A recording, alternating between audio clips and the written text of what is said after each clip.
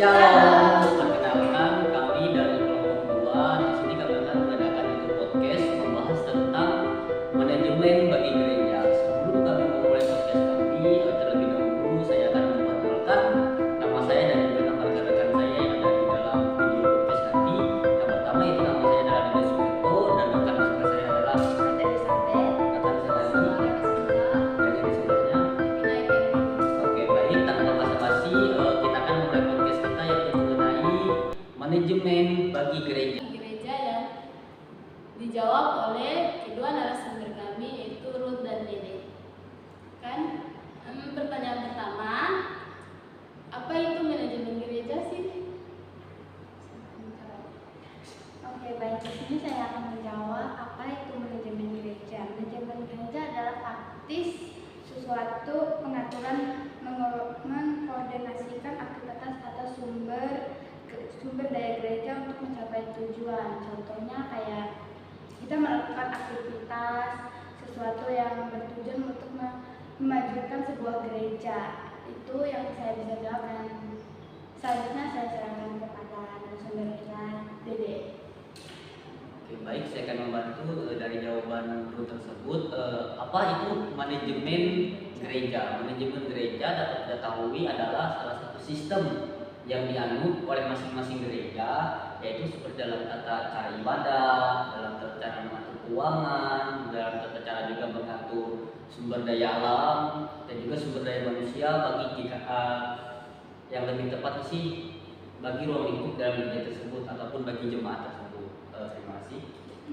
Pertanyaan kedua, Kak, apakah manajemen penting bagi gereja?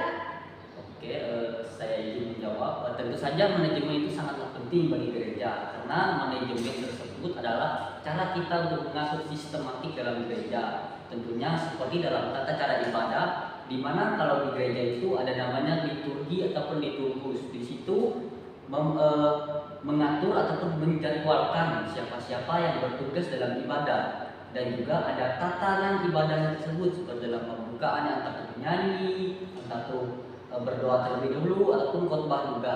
Nah, kenapa manajemen gereja itu sangatlah penting bagi gereja? Karena agar terstruktur dan tidak kacau. Apabila misalnya manajemen itu tidak ada dalam gereja, mungkin yang bawa ibadah mungkin hanya saya saja gitu, mungkin tidak pernah ruh, tidak pernah samara ataupun lepina. Jadi peran penting manajemen gereja ini adalah mengatur ataupun membuat struktur dalam gereja tersebut agar dia tidak kacau, agar ada terstruktur. Misalnya seperti kalau kita di Kalimantan ini ada ibadah keluarga yang namanya ibadah rumah tangga. Nah, di situ kan yang bertugas bukan hanya pentua diakon, bukan hanya pendeta saja.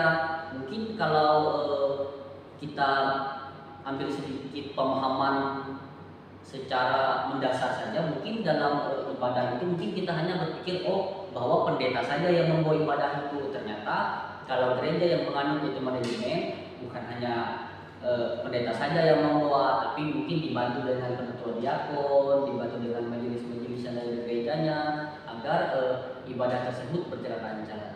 Seperti itu sedikit penjelasan saya. Terima kasih. Pertanyaan yang ketiga dari saya, apakah hal-hal tersebut sudah diterapkan dalam gereja? Oke, baik. Hal manajemen apakah sudah diterapkan dalam gereja? Mungkin tidak sebagian gereja yang menerapkan hal tersebut, tapi saya ambil contohnya seperti gereja saya. Mungkin nanti Ruth akan menjelaskan sedikit karena kami dua Ruth kebetulan dari dua gereja yang berbeda. Yang pertama saya dari GKE, yaitu Gereja Kalimantan Evangelis. Kalau dalam kami GKE itu sudah yang namanya menganut manajemen gereja. Yang pertama bukan hanya mengelola dalam tata ibadah, dan juga mengelola dalam keuangan, seperti sumber daya manusia, seperti mengatur sistem jadwal ataupun cara kami beraktivitas dalam gereja. Seperti kami GKE mengadakan yang itu namanya 3 bulan sekali, yaitu pertemuan antara jemaat. Di situ kami banyak membahas apa sih struktur-struktur ataupun hal-hal yang dapat diubah. Nah, di situ cara kami bermoderasi ataupun pendekatan kami terhadap jemaat, dan juga bagi keuangan, di situ kenapa manajemen ini sangat penting bagi keuangan, karena misalnya tidak ada manajemen ataupun tidak ada orang-orang yang memegang uang tersebut. Kan kalau di KMJKE itu ada namanya tribulan. Di situ setiap 3 bulan sekali ada laporan keuangan.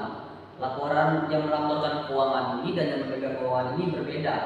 Kalau kami yang pertama bendahara 1 itu melaporkan keuangan, melaporkan rinci keuangan, oh hari ini tanggal ini jam segini uang itu dipergunakan untuk ini untuk itu gitu.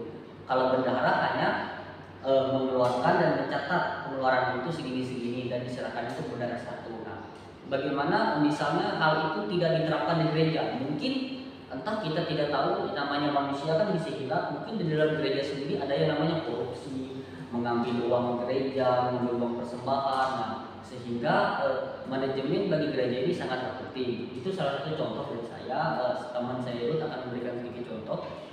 Oke, baik. Di sini saya akan memberi contoh sedikit dalam manajemen gereja kami. Kami hanya karena gereja kami baru-baru dan kami hanya menerapkan beberapa manajemen, yaitu dalam tata acara ibadah yang dari hari Minggu sampai Sabtunya dan kembali lagi hari Minggunya kami akan mengadakan ibadah sore Sabtu dan hanya mengadakan ibadah bisa dibilang doa hari Jumat, doa puasa, dan Selasa doa seluruh untuk jemaat-jemaat namanya itu. Dan tata ibadahnya kan hari Sabtu kami beribadah secara keluarga, yaitu di mana di malam minggunya, di malam Sabtu malam minggunya gitu, masuk ke malam minggunya akan ada kunjungan Bapak Pendeta dari Ibu Gembala dan juga mengunjungi di rumah-rumah jemaat dan akan